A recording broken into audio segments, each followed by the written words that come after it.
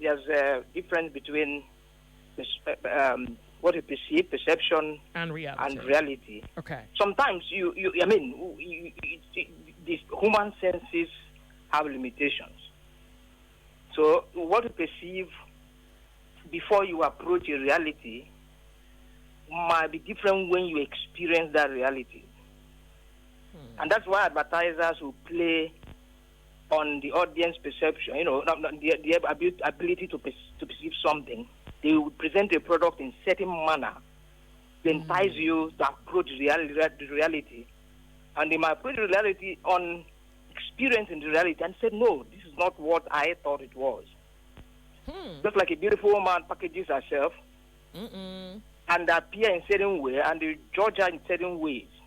In the same manner, when you judge some people, and when you get closer and experience them, and it's like, it's not even exactly what I think he is or she is. So it's different, but sometimes your perception of that reality might come close, and sometimes might rhyme, but not always. Okay, so are you saying that perception isn't, in basic terms, reality? 90% of the time, it might not rhyme. There are two different things. The other one is you attempt to interpret reality. I should buy you a beer. Based on your prejudices, based on your past experience. I need to buy you a beer for that one. I would say perception is a factor of reality in the sense that we base our perception off of reality. Now, let me give an example. Say religious people and atheists. Now, the religious people believe that there is a God. Now, we cannot know which is real, what is real, but we believe that's perception. Now, the atheists also have the perception that there is no God. Now, we can't be sure of what reality is, but we can only be sure of our perception in the sense that we believe that there is a God. But your belief... Yeah, but your belief is on some grounds. Your belief has to be rooted in something. Otherwise, It's nothing. You get? It has to be based on something. And that one thing is reality. But we cannot 100% categorically say that this is reality. No, I'll run you back. No. Wait. Okay, good. Hold on. I like this, but it's so technical. Let's go back again. Okay. You say the Christian. Now, the reason I'm taking you back is because you refer to Christianity. Are you supposing that the Christian God is a physical factor alone? No. Good. Then you can't say that you don't know, because you must be basing that belief on something, in my assumption, based on this conversation, non-physical. Do you get me? I do. Okay, good. So run it back again by me. I'm listening. Okay, so what I'm trying to say is this. Fine, it may not be physical, but there is this level of conviction you have, and that conviction is purely your perception. It's purely your, I won't categorically say that conviction you have is based on reality. That's the way I see it. Now, in that same context where you're standing on right now, are you supposing that reality in that context is something that is seen? Remember that perception is to see, hear, become aware of something through the senses. Okay. Take a moment, honey. It's logic. Yeah. Look, I need a glass of wine if I'm going to wait. So if you're not giving me an answer, can you call me back? Good. All right, great then. Thank you very much for calling. There was this thing that Bruce Lee did when he was teaching for martial arts. So, like, let me say if I want to punch someone to knock the person out, the general idea is that I need to pull my whole arm back to generate enough force to knock him out, right? Okay. But this guy came up with the theory of what if you don't need that much power to knock out somebody.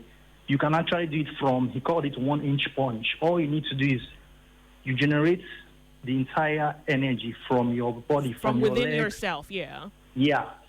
So when he demonstrated it, from distance of 1 inch, I can generate as much force as, let me say, a heavyweight boxer. The same results, less effort. So perception is something that maybe either experience or the environment, but reality happens even if I don't perceive it or not. For example, even if I'm blind, I can't feel pain. If I put my hand in fire, it will burn. It doesn't matter what I think or what I feel. Yeah. That's it. So, if Lee says reality expects that you swing yourself, like you bring the punch all the way from Damascus to, Lekki, right? But he has another theory which says, what if you generate the force within your human essence and then strike from a 1-inch position? That you're calling that his perception, but for that to be true, it has to transcend his perception. Do you get my logic here? So, for that thing, that generating force within you, that if you strike someone from a 1-inch distance, you could knock them out as good as someone would if they did it from, say, 20 yards, is for it to be true. It's not Lee's perception. It is something else, I think. You have heard of the bullet shrimp, a shrimp that I think they said its punch is like faster than the speed of sound. Oh. It's almost the same principle. So now it's not just Bruce Lee. So it's even another like creature in nature does the same thing.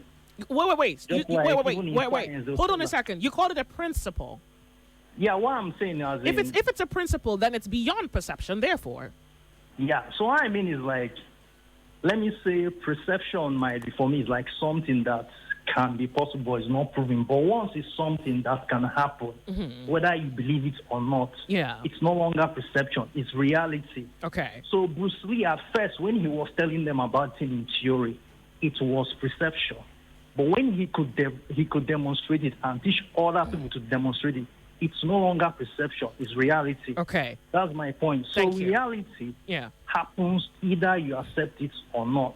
Oh, perception is not reality. Rather, perception is a micro-reality, meaning perception is a subset of reality and not reality itself. Example, mental tricks the brain into thinking the mouth is cold, but in reality, it's not. So someone who takes mental creates a micro-reality for themselves, which they believe in its entirety. Jack from Victoria Island, phenomenal example, because when the scientists do tests on medicine or vaccines, they do the placebo group, and then they have a group that they don't give the medicine or the vaccination to, and then they have another group that they give the vaccination to, and then they observe them for a period. Apparently, according to science, a person can heal the body by thinking. So this is what science say. They say the group that we don't give the medicine to, so they inject them with maybe like a vitamin C or something. But the other group, they actually give them the said medicine or the vaccine.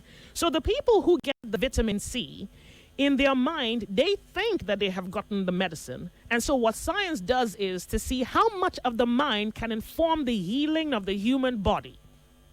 So that would be another aspect that we can consider here in this conversation. So science already can prove that if a man thinks that his body is well, that the body becomes well, that the body can, through thought, heal itself.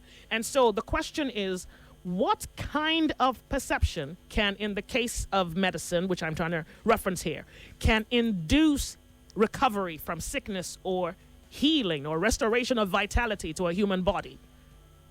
Oh, this is some work we have here.